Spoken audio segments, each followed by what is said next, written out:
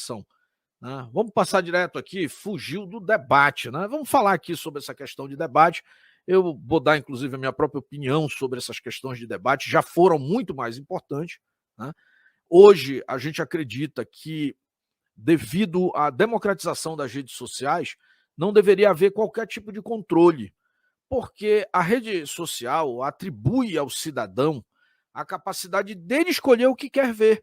Então, no meu ponto de vista, todos os candidatos, já que há esse ambiente democrático, o custo é muito pequeno. Olha só nós aqui, né, num espaço aqui, num estúdio montado, a gente pode passar 24 horas falando aqui, se quiser.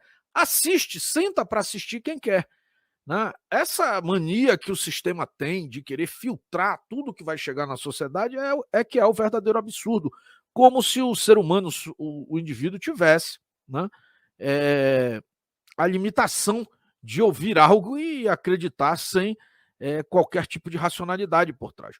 Então, a gente acredita que a rede social jogou por terra toda aquela necessidade que você tinha, que o Estado tinha de pagar, inclusive para o sistema mainstream, para ocupar os espaços, tanto nos jornais impressos com propaganda, ou no horário gratuito, que na verdade há um repasse, né? Não é verdadeiramente gratuito, e que isso era de acordo com o tempo de cada partido e tudo mais. Não, isso gera uma distorção, né?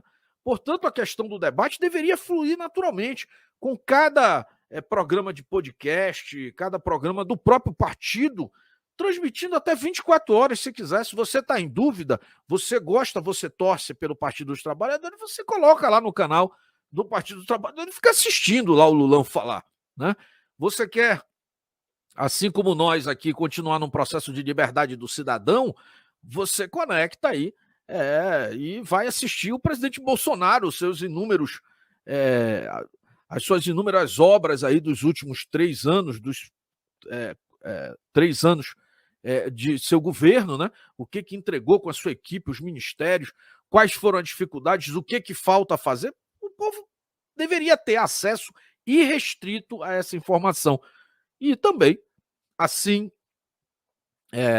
como os próprios candidatos, aqueles produtores de conteúdo que quisessem trazer esse conteúdo. Enfim, a favor da liberdade. Olha só como a palavra liberdade é um grande resumo, olha, natural, sem muito filtro. Muita gente quer complicar, criar esquemas e sistemas. Pessoal, basta ter liberdade. Se você tem liberdade, o resto a gente vai decidindo, né? Então, é um pegar no pé que o sistema tem e quer dizer, olha só o absurdo, a gente vai falar daqui a pouquinho da questão do Telegram, o sistema, olha, como a gente não pode controlar, né? O que a Café com Mensagem fala com a Yara num grupo, ou com a Mônica Caetê, ou com a dona Andréa Patriota e a dona Camila Patriota, já que a gente não pode se meter na conversa das cidadãs brasileiras, ou dos cidadãos brasileiros de uma maneira geral, a gente vai precisar cancelar eles. Veja só que absurdo. Você consegue se imaginar, você que paga o salário, por exemplo, do funcionalismo público brasileiro, você dizendo o seguinte, olha, como eu não sei o que um procurador fala com um juiz, ou o que um juiz fala com outro no Supremo, eu vou fazer o seguinte, a gente vai cancelar o telefone entre eles. É um absurdo isso, né? O contrário é mais absurdo ainda. As pessoas deveriam ser livres para falar o que desejarem, né? Toda essa censura é totalmente descabida, né? Sob o pretexto de que você vai estar protegendo as pessoas de situação A, B ou C. Olha, só tem uma maneira de combater tanto a notícia falsa ou a desinformação, é com muita informação. É deixando a informação circular de forma irrestrita para que as pessoas busquem, né, o próprio entendimento. Isso sim deveria ser fomentado, né? Mas, voltando à tese do debate, eu também acredito, o Lula não está errado nessa fala dele, de que há uma ineficiência na questão do debate. Você imagina você colocar como as emissoras de TV mainstream fazem, colocar ali 10 candidatos para debater, cada um falando 1 minuto, não serve para quase nada. Mas, na verdade, para um candidato cheio de problemas, como é o candidato Lula, isso é o fim da picada. Porque ele não aguenta, o candidato Lula não passa da terceira pergunta, da segunda pergunta. O pessoal vai chegar de cara a perguntar sobre, primeiro, os feitos dos 14 anos e para onde foi parar tanto dinheiro que foi tirado da economia brasileira e foi parar na construção de portos e aeroportos, né, de ditaduras no exterior, que não tem nenhuma conexão ou são de nenhum interesse do povo brasileiro. Como é que ele responde isso? Como é que, por exemplo, o candidato Lula vai responder, por exemplo, sobre essa questão aqui? Eu vou colocar logo de cara, tem 1.200 pessoas online nesse momento. Como é que o Lula responde, por exemplo, a esse tipo de situação? Aliás, me diz aí, a gente vai ter um slide só para isso, mas me diz você, o que você acha dessa fala, se você ainda não ouviu, do Ciro, enquanto ministro do governo Lula, sobre o filho do Lula? Me diz como você responderia isso num debate. Reis, que era a CPI do Mensalão. E aí tinha lá um requerimento para chamar o filho do Lula. Aí fizemos uma reunião, tal, todo dia, 7 horas da manhã, reunião ali com o Lula chorou e tal, porque ele disse que me viu chorando, eu também já vi ele chorando muitas vezes, uma delas foi essa, o filho ia ser convocado, uma CPI. Aí eu percebi que ali era o limite, liguei para algumas pessoas, eu dizia, daí para trás, isso aí nós não vamos engolir não. Vou contar essa para vocês aqui, em homenagem à enganação do Lula. Aí uma das pessoas que eu liguei foi o Aécio Neves, então governador de Minas Gerais. Doutor Aécio, é daí para trás. Não, Ciro, eu fico feliz que você tenha ligado, porque também estou achando que está passando do limite e tal, mas ninguém conversa e tal. Pois é, eu estou lhe dizendo que é daí para trás. Nós não vamos aceitar e não vamos tocar fogo no país se vocês forem para cima do Lula com golpe. Não, vamos agir e tal. Aí você tem disponibilidade? Tenho. Aí mandou um avião me buscar aqui, em Brasília, eu ministro, e mandou um avião buscar o Eduardo Paes, deputado federal, e o Gustavo... Mandou o avião e você pagou. Eu e você pagamos. Vamos lá. Fruit, deputado federal, os dois membros da CPI. E aí me mandou buscar e fiquei ali, olha, daqui para trás, o pau quebrou no hangar do governo de Minas, no aeroporto da Pampulha. O pau quebrou, disse, olha garoto, disse que eu se ofendeu mesmo foi com esse garoto. Olha garoto, vocês estão pensando o quê, rapaz? Vocês vão tocar fogo no país, ninguém nunca mais governa esse país, vocês são loucos, rapaz.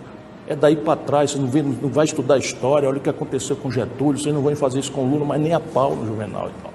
E aí conseguimos, tiramos o requerimento. Foi em que ano isso? Presta Que ano atenção. foi? No auge da CPI do Mensalão. 5, 6. Presta atenção, o nível, o nome disso é patrimonialismo, tá? Essa turma, quer dizer, o nome disso é um monte de coisa, mas entre outras, essa turma enxerga aqui, ó, Lula, Ciro, FHC, Alckmin, essa turma enxerga a coisa pública como se fosse deles. O cara, na maior cara dura, diz, olha, mandou buscar um avião aqui, você tem ideia quanto é um tiro de jato Brasília, Minas Gerais? Pô, bota 40 mil aí cada perna.